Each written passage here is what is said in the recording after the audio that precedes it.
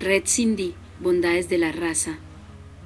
Son muchas las bondades que han hecho que la raza Red Cindy crezca en el mundo ganadero. Fertilidad. Esta raza genera eficiencia reproductiva debido a que es una raza que ocupa menos espacio, exige menos cantidad y volumen, presenta ciclos reproductivos de 12 o 13 meses en promedio. Estos ciclos son difíciles en otras razas debido a que los partos en los equinos superan los días abiertos. Productividad. Raza muy lechera, puede llegar a producir en promedio de 2.500 y 4.000 litros de leche por lactancia. En el tema de carne, a los 2 años y medio, alcanzan pesos arriba de 400 a 450 kilos. Tamaño.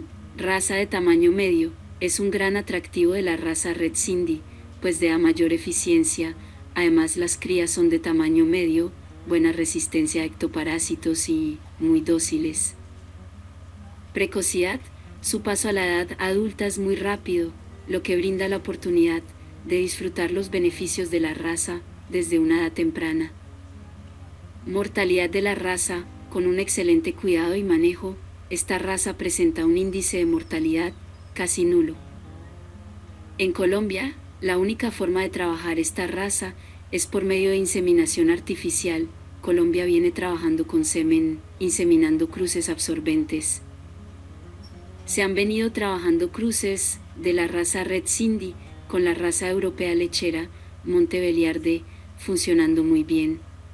Se han obtenido buenos beneficios en condiciones de forraje escaso, otra bondad aportada de la raza Red Cindy.